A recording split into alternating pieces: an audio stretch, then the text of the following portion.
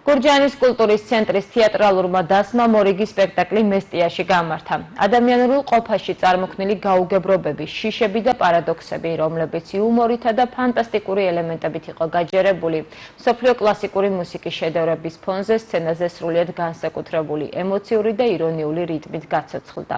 წარმოდგენა მაყურებლის დიდი მოწონება დაიმსახურა. დასის სპექტაკლის ჩვენება საქართველოს სხვა რეგიონებსა და საზღვარგარეთაც გეგმავს. გურჯაანის კულტურის ცენტრის სპექტაკლი თავშესაფარი იმყოფებოდა მესტიაში, მესტიის თეატრში, გასტროლზე.